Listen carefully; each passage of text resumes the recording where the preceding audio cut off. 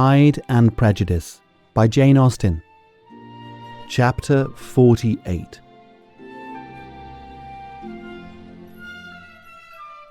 The whole party were in hopes of a letter from Mr. Bennet the next morning, but the post came in without bringing a single line from him. His family knew him to be, on all common occasions, a most negligent and dilatory correspondent, but at such a time they had hoped for exertion. They were forced to conclude that he had no pleasing intelligence to send, but even of that they would have been glad to be certain. Mr. Gardiner had waited only for the letters before he set off.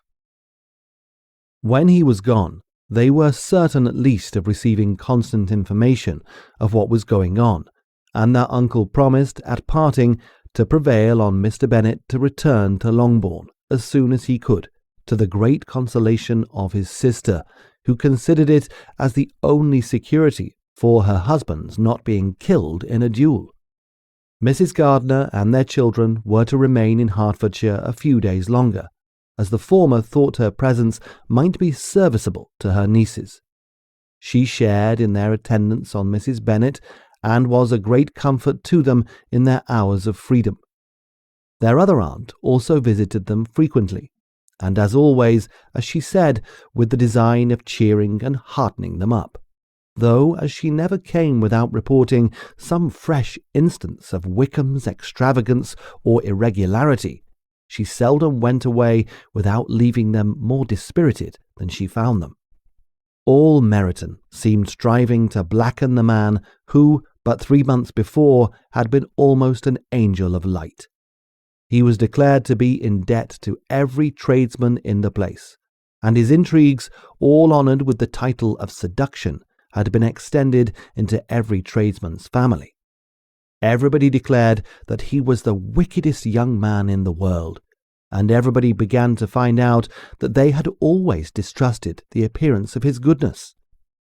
Elizabeth, though she did not credit above half of what was said, believed enough to make her former assurance of her sister's ruin more certain, and even Jane, who believed still less of the same, became almost hopeless, more especially as the time was now come when, if they had gone to Scotland, which she had never before entirely despaired of, they must in all probability have gained some news of them. Mr. Gardiner left Longbourn on Sunday. On Tuesday his wife received a letter from him. It told them that, on his arrival, he had immediately found out his brother, and persuaded him to come to Gracechurch Street.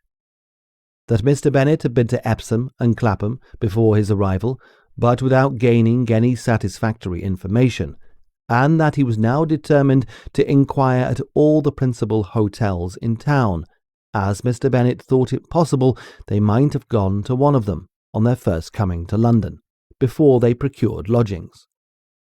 Mr. Gardiner himself did not expect any success from this measure, but as his brother was eager in it, he meant to assist him in pursuing it. He added that Mr. Bennet seemed wholly disinclined at present to leave London, and promised to write again very soon. There was also a postscript to this effect: "I have written to Colonel Forster to desire him to find out, if possible, from some of the young man's intimates in the regiment, whether Wickham has any relations or connections who would be likely to know in what part of town he has now concealed himself. If there were anyone that one could apply to with the probability of gaining such a clue as that, it might be of essential consequence. At present we have nothing to guide us. Colonel Forster will, I dare say, do everything in his power to satisfy us on this head. But on second thoughts, perhaps Lizzie could tell us what relations he has now living better than any other person." Elizabeth was at no loss to understand from whence this deference to her authority proceeded, but it was not in her power to give any information of so satisfactory a nature as the compliment deserved. She had never heard of his having any relations except a father and a mother, both of whom had been dead many years. It was possible, however, that some of his companions in the shire might be able to give more information, and though she was not very sanguine in expecting it, The application was a something to look forward to. Every day at Longbourn was now a day of anxiety, but the most anxious part of each was when the post was expected. The arrival of letters was the grand object of every morning's impatience. Through letters, whatever of good or bad to be told would be communicated, and every succeeding day was expected to bring some news of importance. But before they had heard again from Mr. Gardiner, a letter arrived for their father from a different quarter, from Mr. Collins, which, as Jane had received directions to open all that came for him in his absence, she accordingly read, and Elizabeth, who knew what curiosities his letters always were, looked over her and read it likewise. It was as follows. My dear sir, I feel myself called upon by our relationship and my situation in life to condole with you on your grievous affliction you are now suffering under, of which we were yesterday informed by a letter from Hertfordshire. Be assured, my dear sir, that Mrs. Collins and myself sincerely sympathize with you and all your respectable family in your present distress, which must be of the bitterest kind, because proceeding from a cause which no time can remove. No argument shall be wanting on my part that can alleviate so severe a misfortune, or that may comfort you under a circumstance that must be of all others the most afflicting to a parent's mind.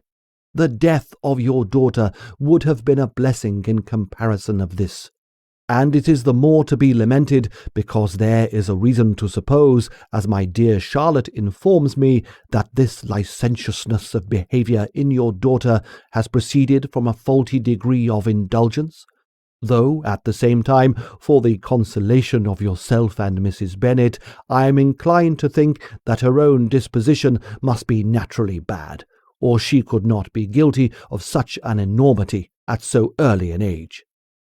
Howsoever that may be, you are grievously to be pitied, in which opinion I am not only joined by Mrs. Collins, but likewise by Lady Catherine and her daughter, to whom I have related the affair. They agree with me in apprehending that this false step in one daughter will be injurious to the fortunes of all the others. For who, as Lady Catherine herself condescendingly says, will connect themselves with such a family? And this consideration leads me moreover to reflect with augmented satisfaction on a certain event of last November, for had it been otherwise, I must have been involved in all your sorrow and disgrace. Let me then advise you, dear sir, to console yourself as much as possible, to throw off your unworthy child from your affection forever, and leave her to reap the fruits of her own heinous offence. I am, dear sir, etc. Mr. Gardiner did not write again till he had received an answer from Colonel Forster, and then he had nothing of a pleasant nature to send. It was not known that Wickham had a single relationship with whom he kept up any connection, and it was certain that he had no near one living. His former acquaintances had been numerous, but since he had been in the militia, it did not appear that he was on terms of particular friendship with any of them. There was no one, therefore, who could be pointed out as likely to give any news of him, and in the wretched state of his own finances, there was a very powerful motive for secrecy, in addition to his fear of discovery by Lydia's relations, for it had just transpired that he had left gaming debts behind him to a very considerable amount. Colonel Forster believed that more than £1,000 would be necessary to clear his expenses at Brighton. He owed a good deal in town, but his debts of honour were still more formidable. Mr. Gardiner did not attempt to conceal these particulars from the Longbourn family. Jane heard them with horror. "A gamester!" she cried. "This is wholly unexpected. I had not an idea of it." Mr. Gardiner added in his letter that they might expect to see their father at home on the following day, which was Saturday.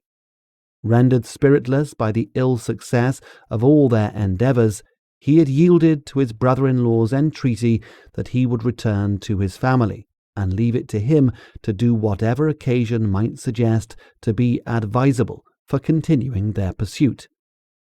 When Mrs. Bennet was told of this, she did not express so much satisfaction as her children expected, considering what her anxiety for his life had been before. "What? Is he coming home, and without poor Lydia?" she cried. "Sure he will not leave London before he has found them. Who is to fight Wickham and make him marry her if he comes away?" As Mrs. Gardiner began to wish to be at home, it was settled that she and the children should go to London, at the same time that Mr. Bennet came from it. The coach, therefore, took them the first stage of their journey and brought back its master to Longbourn. Mrs. Gardiner went away in all the perplexity about Elizabeth and her Derbyshire friend that had attended her from that part of the world. His name had never been voluntarily mentioned before them by her niece, and the kind of half-expectation which Mrs. Gardiner had formed of their being followed by a letter from him had ended in nothing. Elizabeth had received none since her return that could come from Pemberley. The present unhappy state of the family rendered any other excuse for the lowness of her spirits unnecessary. Nothing, therefore, could be fairly conjectured from that, though Elizabeth, who was by this time tolerably well acquainted with her own feelings, was perfectly aware that, had she known nothing of Darcy, she could have borne the dread of Lydia's infamy somewhat better. It would have spared her, she thought, one sleepless night out of two. When Mr. Bennet arrived, he had all the appearance of his usual philosophic composure. He said as little as he had ever been in the habit of saying, made no mention of the business that had taken him away, and it was some time before his daughters had courage to speak of it. It was not till the afternoon, when he had joined them at tea, that Elizabeth ventured to introduce the subject, and then, on her briefly expressing her sorrow for what he must have endured, he replied, "Say nothing of that. Who should suffer but myself? It has been my own doing, and I ought to feel it." "You must not be too severe upon yourself," replied Elizabeth. "You may well warn me against such an evil. Human nature is so prone to fall into it. No, Lizzie, let me once in my life feel how much I have been to blame. I am not afraid of being overpowered by the impression. It will pass away soon enough." "Do you suppose them to be in London?" "Yes. Where else can they be so well concealed?" "And Lydia used to want to go to London," added Kitty. "She is happy then," said her father dryly, "and her residence there will probably be of some duration." Then, after a short silence, he continued, "Lizzie, I bear you no ill will for being justified in your advice to me last May, which, considering the event, shows some greatness of mind." They were interrupted by Miss Bennet, who came to fetch her mother's tea. "This is a parade," he cried, "which does one good. It gives such an elegance to misfortune. Another day I will do the same. I will sit in my library in my nightcap and powdering gown and give as much trouble as I can. Or perhaps I may defer it till Kitty runs away." "I am not going to run away, Papa," said Kitty fretfully. "If I should ever go to Brighton, I would behave better than Lydia." "You go to Brighton? I would not trust you so near it as Eastbourne for £50. No, Kitty, I have at last learnt to be cautious, and you will feel the effects of it. No officer is ever to enter into my house again, nor even to pass through the village. Balls will be absolutely prohibited, unless you stand up with one of your sisters, and you are never to stir out of doors till you can prove that you have spent 10 minutes of every day in a rational manner." Kitty, who took all these threats in a serious light, began to cry. "Well, well," said he, "do not make yourself unhappy. If you are a good girl for the next 10 years, I will take you to a review at the end of them."